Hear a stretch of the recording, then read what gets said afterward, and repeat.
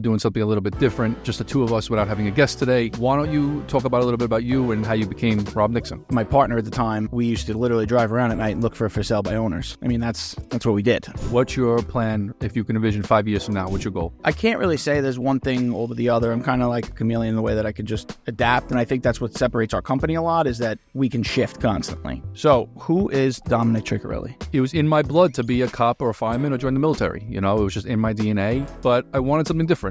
I was 23, 24 years old, started doing some work on the side, and 20 years later, I'm here. And I would say now I have about 100 doors here in New York City. It wasn't always beautiful, but you gotta weather the storm and keep pushing through. Welcome back, everybody. Blueprint for Closers podcast. Today we're doing something a little bit different, just the two of us without having a guest today. Rob and I haven't really had an opportunity to talk about our backgrounds and, you know, how we got into our respective professions.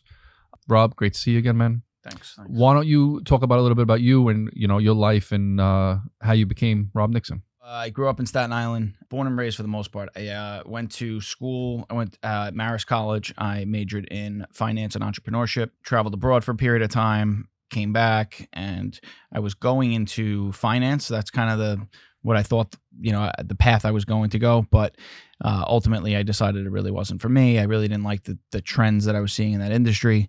So always kind of had an interest in real estate. At the time, I had some close friends that did a lot of business with the guys that I still work with today. But I basically had sat down with them informally, actually with the intention of getting a job at like a bigger development company or something along those lines. And I kind of said like, hey guys, can you maybe get me into one of these companies? And they said, I mean, sure, we could do that, but you know, why don't you go get your license and come work with us?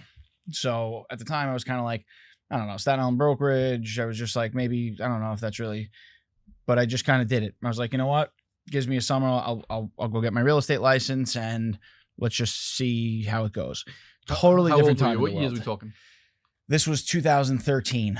So totally different time. 10 years ago exactly. The market changed so much in those 10 years. I think I actually say this all the time to friends that I feel like I grew up at a really good time, and from a work standpoint, I saw a lot of good things too, because I saw, like, first of all, I just think the 90s were great. I saw a huge evolution of technology, right? Everything changed technology-wise in the last 20 years. But when I came out of school, it was just kind of where the economy was getting good again. Like the people who had graduated a year or two before were really still struggling to get jobs. Right. So it was kind of just getting better. But at the same time, I was going to the trading world and it was all going digital. So the writing was on the wall clearly. So anyway, got my license. Just jumped in. Which we say so many times on these episodes. If you wait until you're ready, you're never going to do it. You know, just everyone's just going to outrun you. So just seeing an interest in something and diving in and kind of learning as you go is definitely, and starting young is definitely a key to success. Absolutely. And I honestly, it was just, here's what it was just, I just went, and it was really awesome because I started, and at the time I was like still living home. I had student loans that were kicking in really heavy. So like I had to start making money. I had to figure it out. And the one thing about real estate that most people don't realize is it takes every bit of 12 to 24 months to start making any kind of substantial money. If you're lucky and things go right. Again, it was a good time, but a bad time in the world. It was the market, from what I understand before I got there, like the phones just weren't ringing for years. Literally, that's how bad it got. Yeah. But with that said, when I got involved, they were doing Empire Outlets. The North Shore was in a really amazing place. The North Shore was actually a lot of buzz, great buzz, you know. And honestly, I tell people all the time, we were really selling the sizzle. And the reality is, I think once people had a lot of steak to chew on, it didn't work out so well. Yeah. But that was certainly not our fault. I mean, there was just so many things that should have went a certain way that didn't. Right. With that said, it was a really good positioning for us because the guys that own my company were so busy with the bigger projects between Irby, Empire Outlets. So within 12 months, I was kind of working on things that I maybe wouldn't have been able to. Right. But it's funny. We used to joke all the time that my partner at the time, we used to literally drive around at night and look for sale by owners. I mean, that's what we did. Wow. And then we would call them, we'd try to get listings. And then I used to look through tax books of tax maps. And I used to that in Oasis, and that's all I used to do every day. And that's all I used to do. And I would, whatever, sell mailings, or I would go and just see people. What were you doing with the tax books, the tax maps? Just looking to see like common ownership. Okay. And I was trying to put assemblages together. Okay. Because at the time, a lot of people wanted development sites. And I saw that opportunity really clearly. So I literally was just driving around trying to figure out who owned what. right? And if I started seeing a name enough, it was like, all right, that's a guy I got to call. Mhm. And I just went to their offices, showed up at the buildings, and just like was like, hey, I'm in the real estate. And at the time I was with Cassandra Properties, and we had a really great name down there. So from that standpoint, it was kind of, I don't want to say easy, but not at all, but it was certainly I could make the argument that I had a big team behind me, and that's how I was able to get some of these listings. Right. I went from for sale by owner, some rentals here and there, literally making no money, doing catering on the side. And to, I think then I had like a $5 million listing. Unbelievable. And then again, back to my partner at the time, we wound up doing like a $20 million deal, like year 2. And we were just off to the races, and honestly, never looked back. Really awesome experience. I mean, I learned from just a great team. John Patera, James Prenamano really took me in at the time. We really just had a really unique skill set, if you will. Right. So for the most part, the skill set on the island is very much residential based. Whereas I would say 80+% of our business, that's changed now that I've grown a team, but 80% or so of the business was commercial, and commercial leasing and sales was really what we specialized in. Also development sites, etc. But when I tell you, I'll never forget, I had a call for a development site. It was like an 8-house job on Richmond Avenue, right? This was like when there were still 20-house jobs and stuff like that. So the woman calls, she's like, yeah, I want to sell it. And I said, okay, great. And I was like, all right, I'm going to go there. And I was like, I look at the lot size, and I forgot what it was. Let's just say it was 30,000 square feet. And I'm like, okay, how do I price this thing? And it was like, well, look at the zoning. And I was like, what is zoning? What does that mean? Right. So they were like, well, the zoning is R3X. So I remember I like tried to map it out. I'm like, R3X, here's the 40, 45, 35 minimum. I'm like, I think you can get 8 houses. I'm like, and then I just called every builder I knew I went to every event at the time. Association. Hey, what's a lot worth on the South Shore? Hey, what's a lot worth? And it just so happens, I mean, after a couple of calls, I was able to put the value together. Right. Nice. That was, I think, the first development site we sold. Very cool. So we just like really hit the ground running for sure. Figured it out. And every time, at that time when we went into meetings, I mean, we had some meetings where we went into it like heavy investors at the time. And they were like, are you on, I'm trying to think of what the system was, but it was like, are you on Smart Sheets? And we're like, yeah, love it. Love Smart Sheets. Walked out, we're like, what is Smart Sheets? So we got to figure this out. So just did every tutorial we could. Like we just figured it out. You're in 10 years now. You've obviously had some great success. You've seen at least 2 markets go up and down. Mm-hmm. What would you say is your sweet spot or where you like to operate in the real estate world?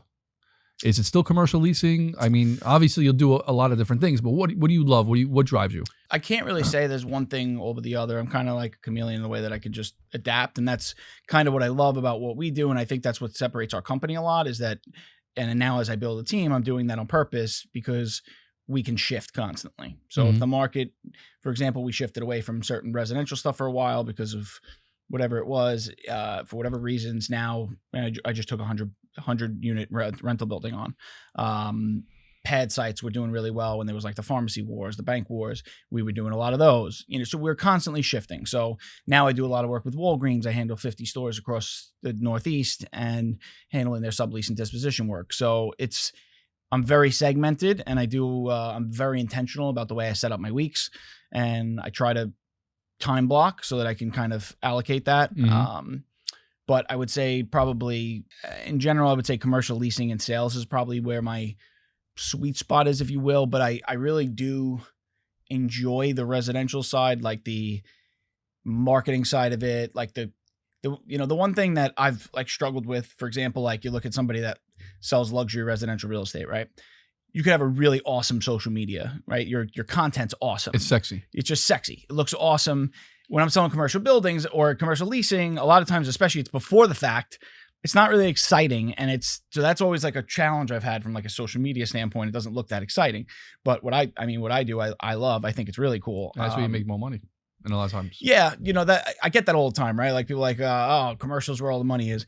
And I guess you can make the argument that it's true because the fees are larger typically. However, roughly every residential deal that goes to contract, I would say there's a 90 to 95% chance it closes. Commercial is probably 50-50. Okay. So I've had deals fall apart at the table. I've had fees that I'm going in with the intention of getting a 6-figure check for myself and walked out with 0. Wow.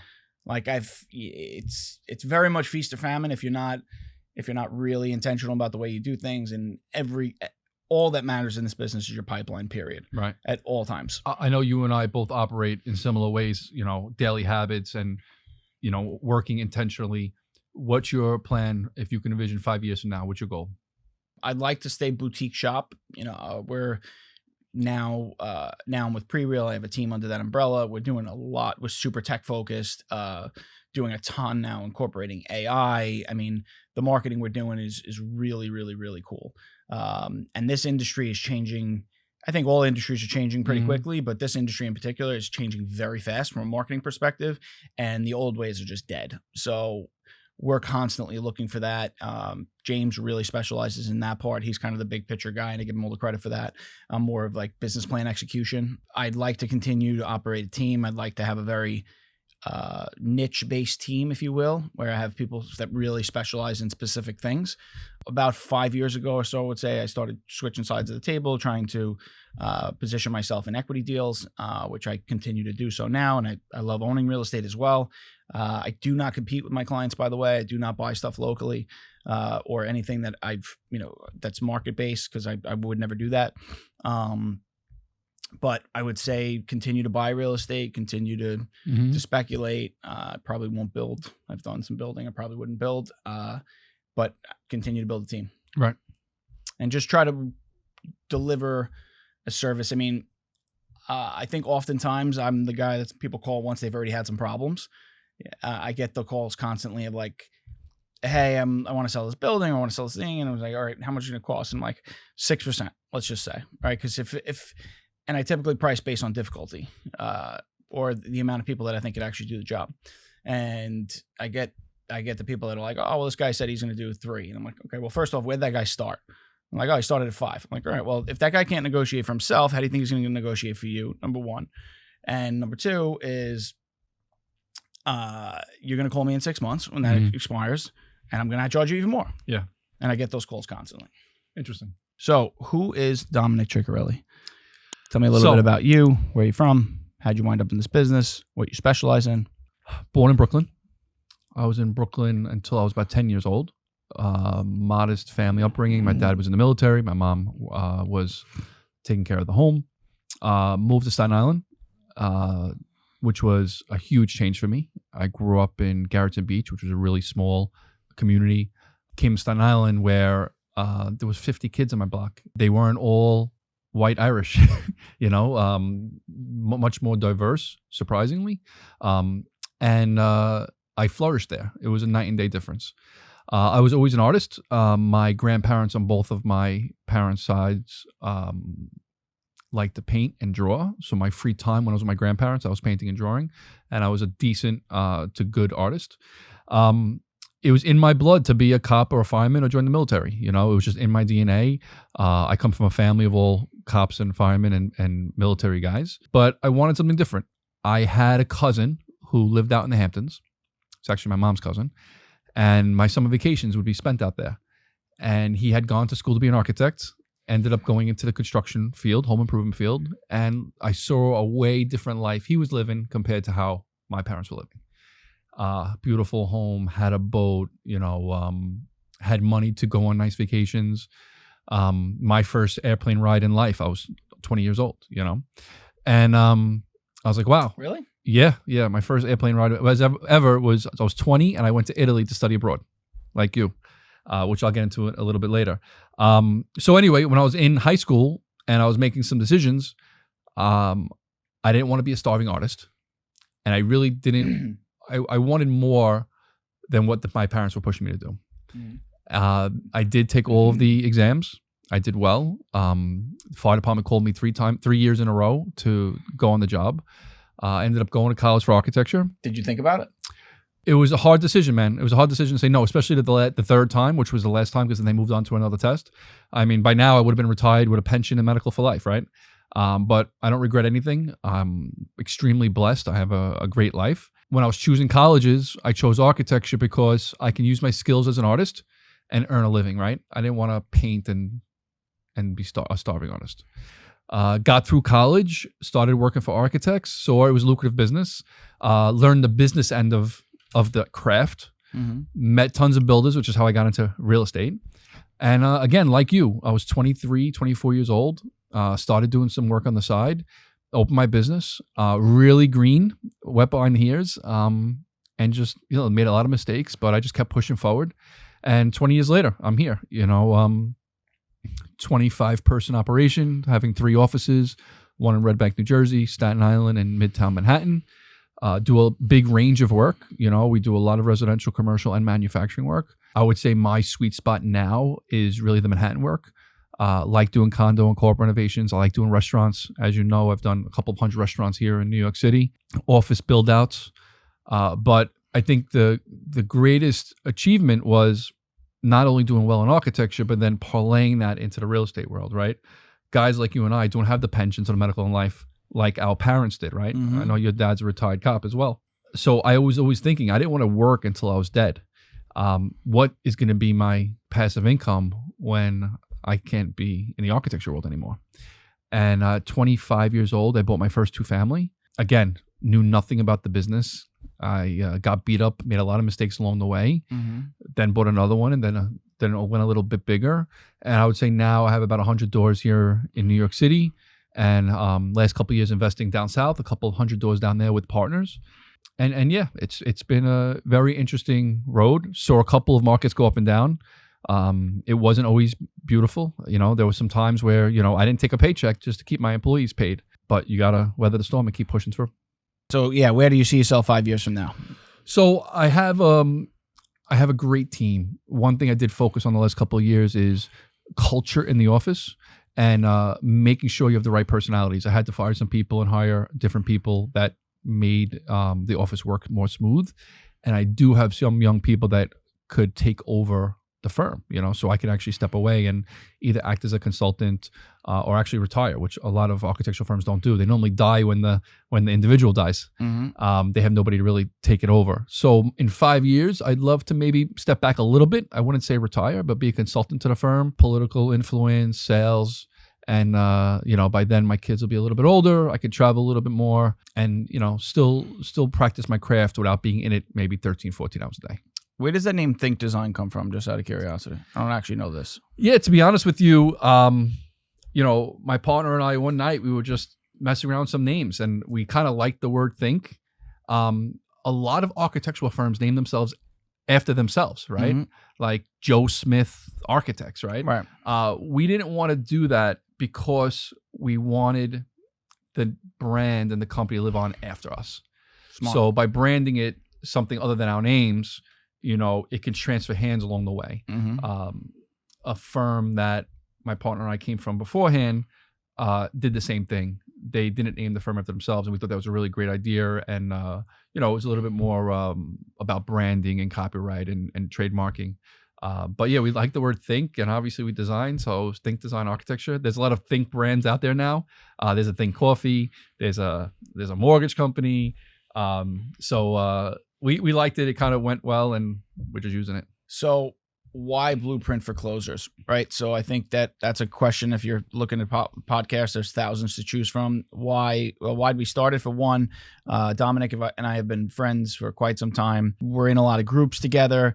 I think we didn't necessarily agree with some of the forums of them, so we actually kind of stepped away from some of them and then kind of put some smaller groups together. One is a breakfast kind of mastermind group that we've really enjoyed for quite some time. And then we also have kind of a social aspect that's a monthly thing. It's not like a paid annual dues or anything like that. It's really just a casual thing. And that's where we find that a lot of business is actually done, whether it's intentional or not. So in passing, we've had conversations about us seeing value in our networks, but with that, of course, wanting to grow our network consistently. And I think that's kind of where this had come along, right? So yeah, I think that listen, podcasts are definitely a way to broaden our networks. You being a professional and expertise in your field, and me feeling I'm the same. I wanted to do something, but not with another maybe architect or a builder. We felt like real estate architect was a good mix because you get to see both sides of the coin. You're selling the product that I'm building or designing. So obviously a play on words, Blueprint for Closers is, Rob's always closing deals and I'm always drawing blueprints. And I think the intent is, listen, we're not really here to promote ourselves. We're here to teach people the real estate game, right? It's a super complicated game. There are so many different angles and different types of niche markets. I mean, we filmed over 15 episodes, and every single episode we've had a guest that brought a different perspective to real estate, right? Trailer park deals, syndication deals, fix and flip, supermarkets, strip build to hold, malls, build to sell. Yeah. I mean, there's so many different avenues. There really is no right way, right? There's always just different avenues, and people explore different things for different reasons. But the one thing I think that we have to agree on is that in order to do any of these things, you do need a team, right? So I think that's kind of how we started the episodes, kind of going through that team, whether it be legal, accounting, financial, mortgage, etc. Property managers. Right, that's right. And with that, I think we want to take it to different other ways of investing in real estate, and maybe not so much real estate. Maybe it's just trends, things that business owners and real estate owners like ourselves are interested in. I think we'll explore that too at some point. So we're always grateful for anyone that tunes in, and we're really excited for the next year ahead. Absolutely.